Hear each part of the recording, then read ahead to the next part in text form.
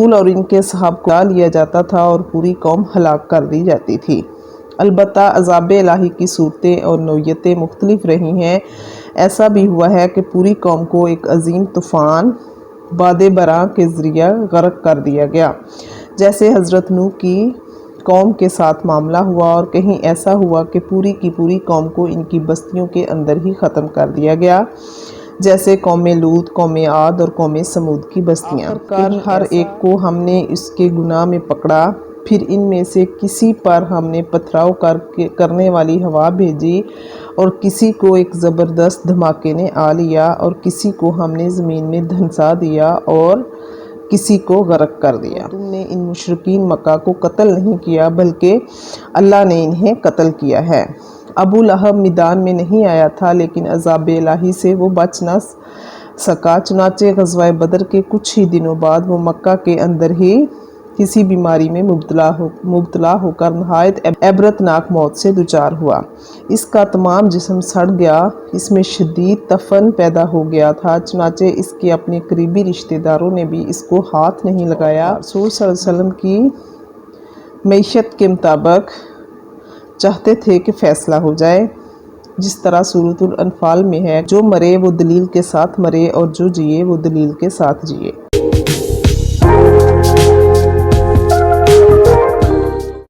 بسم اللہ من الشیطان الرجیم، بسم اللہ الرحمن الرحیم۔ رب اشرح لی صدری ویسر لی امری واحلل عقدۃ من لسانی یفقہوا قولی۔ السلام علیکم ورحمۃ اللہ وبرکاتہ۔